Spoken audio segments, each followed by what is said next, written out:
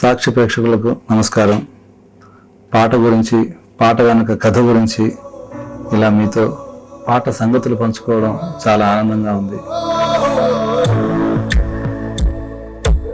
కడలి చిత్రంలో మణిరత్నం గారు నా చేత రాయించారు.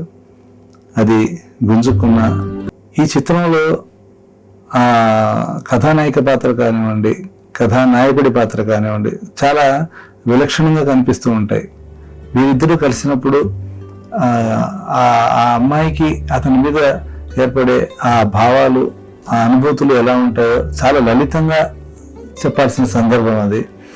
అలా ఆ అబ్బాయి తన మనసులోకి ఎలా వచ్చాడు, ఆ అబ్బాయిని తలుచుకున్నప్పుడు తనలో కలిగిన భావావేశాలు ఎలా ఉంటాయి అన్న నేపథ్యంలో రాయించిన పాట అది.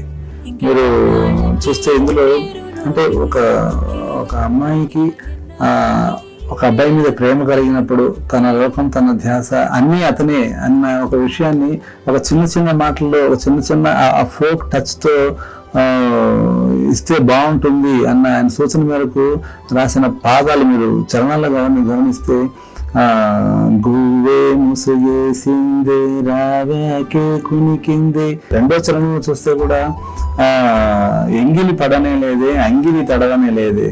ఇంతవరకు నేను ఎంగిలి పడలేదు, ఒక మెతుకు కూడా తీసుకోలేదు, అంగిలి కూడా తడవనే లేదు, ఆకలి ఊసే లేదు, 6-7 నెలలుగా ఆకలి ఊసే లేదు అంటుంది. ఇన్ని చెప్పుకున్న అమ్మాయి చరణం ముక్తాయింపులో పేద మనసుకేమో మాట్లాడే పెదవే లేదు, రబ్బరు గాజులకేమో సడి చేసే నోరు లేదు అంటుంది.